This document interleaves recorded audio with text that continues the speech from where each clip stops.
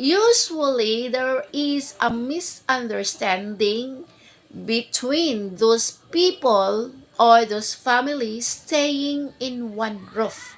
Why it does happen? It is because the cause of misunderstanding is probably a miscommunication. Paano guys nagkaroon ng miscommunication? Kapag ang isa sa kasama mayroong concern pero ini-ignore, nagbingi-bingihan or nagbubulag-bulagan.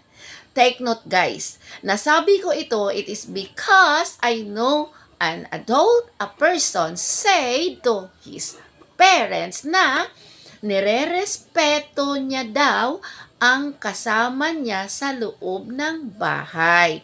So how do you respect to a person you've been staying together? Hindi mo ito sasabihin na nire-respeto mo lang.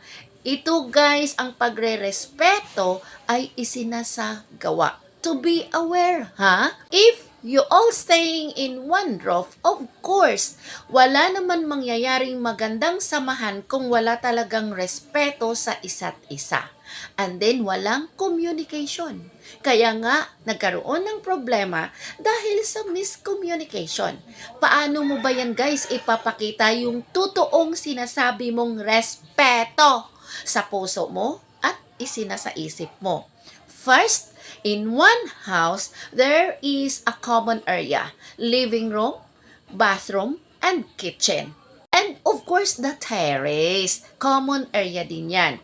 Kasi hindi maiwasan na makakaupo ka dyan, makakatambay ka dyan sa living room or terrace. Especially sa bathroom, na usually ginagamit mo yan guys in how many times a day. Diyan ka magpupops, diyan ka magwiwiwi, diyan ka maliligo. Your CR or toilet is a comfort zone.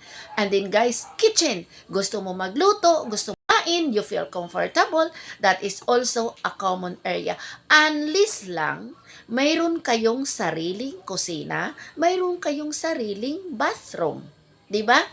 Of course, the bedroom, it's not a common area. That is a private area. Kaya, you are not allowed to enter without knocking the door. And especially, you are not allowed to enter the room na anong gagawin mo dun? Kasi hindi mo naman room, especially kung wala yung may-ari ng bedroom. Diba? So, balikan natin ang respeto na sinasabi. Hindi lang yan guys na sinasabi kung di isinasagawa. And of course guys, hindi lang sa mga common area na nagsishare kayo dyan. Meron pang pinaka-importante, yung mga miscellaneous na ginagamit ninyo araw-araw at gabi-gabi like electricity and water. Make sure nagsishare din kayo sa bill. Kung magkano ang bill, dapat magtulungan din kayo sa pagbabayad niyan. Whether water bill man yan, or electricity, or either basura, ini expenses guys na ginamit ninyo dyan. Kailangan pagtulong-tulungan din sa pagbayad.